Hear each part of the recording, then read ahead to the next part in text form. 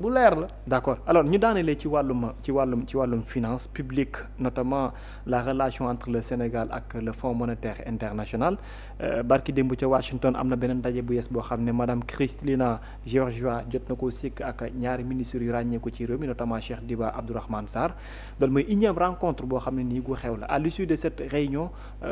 directrice générale bu FMI ne réunion bi réunion bu productive la boo xamante ni bu ñu am la ak le Sénégal Abdourahmane Sarr de l'autre côté qui prédit sur les chiffres mooy premier trimestre bi ak deuxième trimestre bi wax ci lu yaatoo yaatu nan nga jàngatee rencontre boobu ak fi ñu tollagum ba ndege ni de manière officielle y a pas encore un programme bu yees entre le Sénégal FMI et nous sommes à rappeler ci deuxième trimestre bu nouvelle année bi muy 2026 ndax nekkoon na looy xaar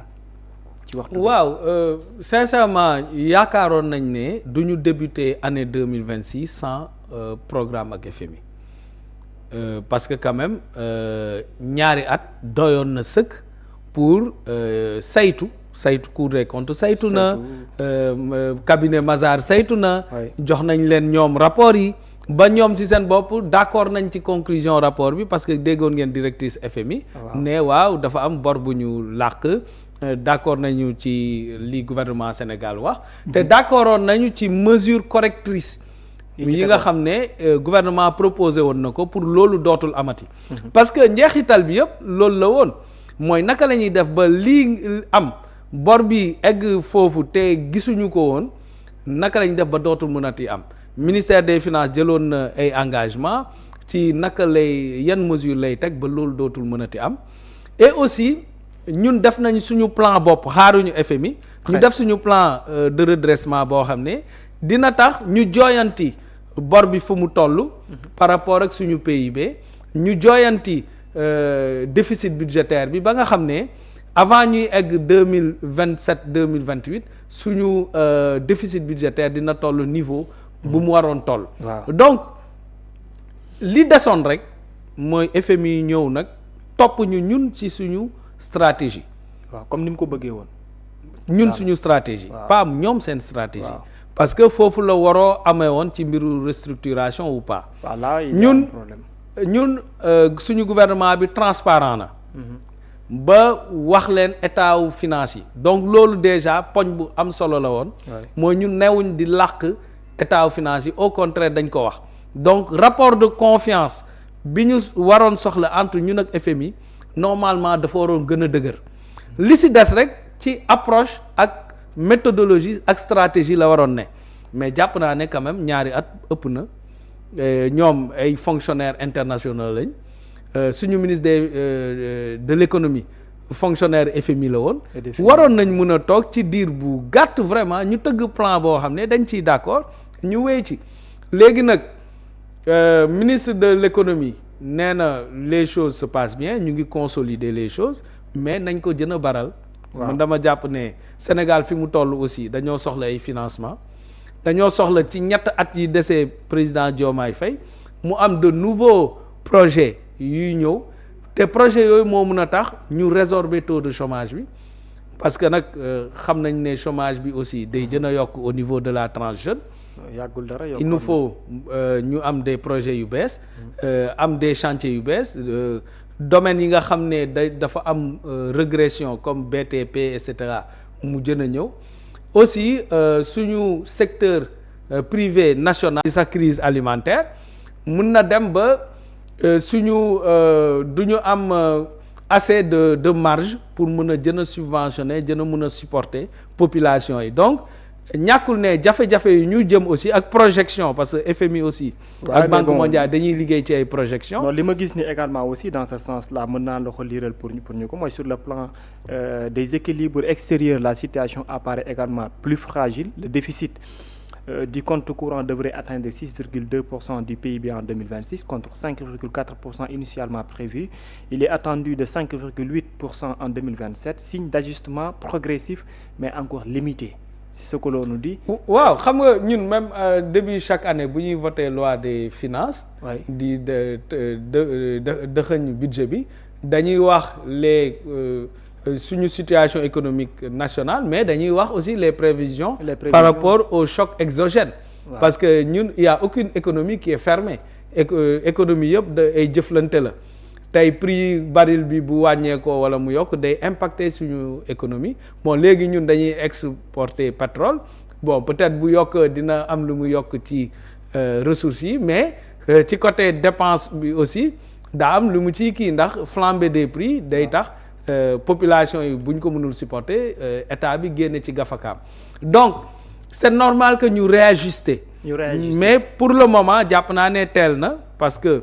même États-Unis les gens disent que inflation bi pour l'instant depuis bi guerre bi commencé autour de 3% la xamuñu ndax tendance bi fii ak quelques mois day gën a accentuer ou pas de toute façon tant que la crise continue au Moyen-Orient tendance bi ci loolu la jëm toutes les économies nag donc ñun suñu économiste du ñàkk ne dinañ def des projections suñu mbëbët li mu newoon ci andi déficit bi ci benn niveau bi en 2026 du ñàkk ne dinañ ko revoir et voilà parce que choc exogène nag moom day am mais da nga koy prévoir chaque jour. Alors parenthèse pour conclure parce que sànq cité nga ko Donald Trump à l'issue de ce qui est en train de se passer dans le monde le président de Pastef wala le premier ministre xam nga ban laa ci war a wax mais en tant qu'observateur mën nga choisir bu la neex lan mooy sa gis-gis ci sa position de ce qu'il a dit sur Donald Trump. man dama jàpp ne ñun les Africains surtout les intellectuels africains président Sonko daf ñoo sigil. Ah bon daf ñoo sigil parce que ñun dañoo weesu jamono boo xam ne àddina bi dañoo newoon ci colonisation wala traite négrière boo xam ne ki la féete kaw ëpp la doole lu mu wax rek da ngay sëgg. ne ko gongo weesu nañ foofu ñun suñu génération bu décomplexé la réew yi tollatuñu ci man maa lay dimbale donc lu ma la wax da nga koy def tollatuñ foofu àddina bi weesu na foofu te président Sonko li mu wax Donald Trump dafa nekk dëgg boo xam ne àddina bi yëpp xam nañ ko àddina bi ñëpp ñi nga xam ne ñu ngi préserver seen dignité ñu ngi ko koy wax premier ministre espagnol wax na ko le pape wax na ko am lu ñagas lu mu delloo pape bi waaye malheureusement pape bi wax na ko même premier ministre bi nga xam ne xaritam la bi ne Italie bi mu waxee loolu pape bi moom it am na lu mu ko delloo ko lu premier ministre Canada dégg nga réunion de haute facture sommet bi amoon li mu ko wax te boobu sax daanaka guerre bi commencé wul en Iran. François Hollande. effectivement François Hollande ay partenaires am ñi nga xam ne ñoom la doon àndal bàyyi nañ ko ci guerre bi nee nañ ko guerre bi nga def du guerre bu normal mooy ay France ak Royaume-Uni ak ñoom ñëpp bu kenn bugg ci dugg biir États-Unis ñu ngi xalaat sax est-ce que duñ ko wàcce parce que am na ñu naan est-ce que àndati na ak xelam. waaw donc président Sonko. Leadership bi mu incarné dafa nekk leadership boo xam ne anticonformisme la. D'accord. du resté wul sur les codes parce que leadership buy resté sur les codes mooy genre leadership administratif mooy da ngay gérer rek amul problème voilà mais boo bëggee transformer gouverneur quoi. waaw loolu la rek mais boo bëggee transformer sa société. nga jógee un point A dem vers un point B da ngay soxla un leadership de révolutionnaire un leadership de rupture te moom loolu lay incarner mu nekk une voix boo xam ne léegi en Afrique ci voix yi ñuy gën a dégg la moo tax Pascal Boniface boole ko parmi les 20 maîtres du monde même si man maître moom c'est pas un mot que j'utiliserai. Man jàpp naa ne le monde il y a un seul maître qui est le Seigneur qui est Dieu. Donc mais il voulait dire à travers cela que il fait partie des 20 les plus influents dans le monde. Oui. Donc loolu leadership bi muy incarné moo tax. D'accord. Et donc jàpp naa ne c'est normal en tant que leader politique panafricaniste révolutionnaire mu am position boobu. Léegi nag ñiy wax ci wàllu diplomatie man jàpp naa ne li mu wax waroowul ci ligne ak ligne diplomatique bu Sénégal. xam nga ligne diplomatique dafa am. Waaw. ak na nga ko waxee am. waaw ligne diplomatique gu Sénégal mooy guerre bi en Iran warutoon am. d'accorduñ ci parce que une violation du droit international la. waaw jàmm lañu war a. Voilà donc loolu aussi le président Sonko wax. Mais peut-être ci waxin bi ci ton bi ak man jàpp naa ne président Donald Trump sax moom ci boppam déggul langage diplomatique. donc pourquoi ñuy wax ak moom ak langage diplomatique. moom toog na ne ñun les pays africains là ñun nous sommes des pays de voilà duñ fa àgg. et toog na xas le président français ne jabar ji da koy dóor.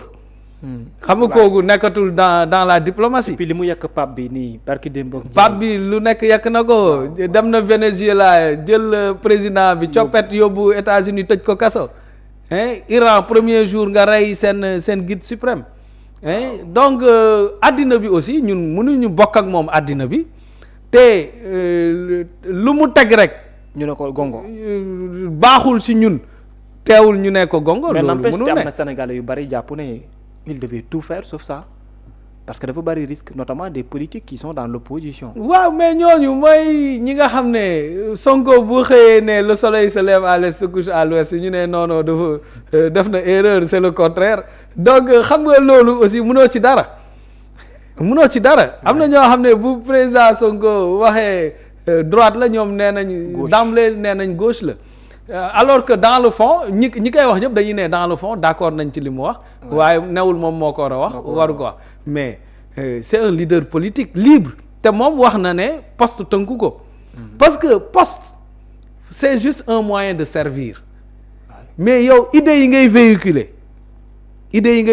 moo ëpp doole poste moo ëpp doole poste sur un leader doit avoir des idées yoo xam ne Nelson Mandela mais ay idéem la véhiculer nekk ci xeex bi ba mu doonee président sax benn mandat la def rek pare ci dem yoonam mais l'essentiel pour moom c'était pas d'exécuter c'était pas mu nekk chef d'État mais li mu doon oote mu jaraloon xeex ba mu tayle woon ci bakkanam idéal boobu prospérer moo gën a nekk ndam yow idéal bi ngay prôner prospérer moo gën a nekk ndam que poste bi ngay occuper donc ñoom fa ñuy waxee ak président Sonko fa muy waxee ak fa muy gisee ñoo ute donc comme bokkuñu classe nag c'est normal que du ñu gis moom li muy gis moo tax muy am du ñu waxee moom fu muy waxee jërëjëf en tout cas président Pacte Siggil Sa Réew amoon naa mbégte gu mag a mag dalal la ma jaajëfal la bàyyi la nga tàggatoo ak ñi ñu doon teewlu waaw Kébé du doy jamais waxtaan ak yow parce que